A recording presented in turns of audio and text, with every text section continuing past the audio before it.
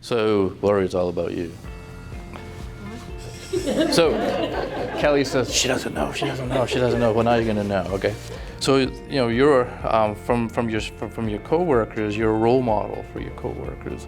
You're always early to work, you're always quiet, but you put a lot into your work. You always put others before yourself. You're cognizant of your surrounding, and you offer help wherever necessary.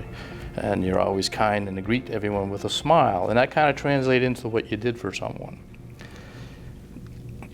You're a patient representative for our organization on the front lines. And one day, a lady called. And that lady called and was suspecting that she had a heart attack, was having a heart attack. You remember this? Yeah.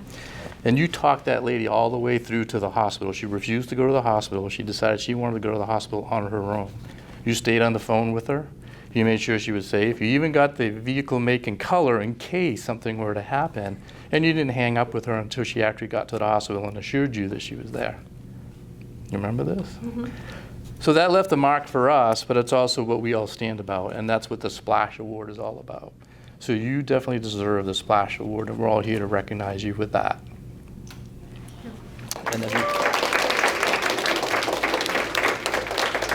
I'm terrible with pinning. I'll let you do the actual pinning, because I don't want to cause any battle scars or anything to that effect. But here's the Splash Award, and we'll all have a little toast here, recognizing you as this year our Splash nominee.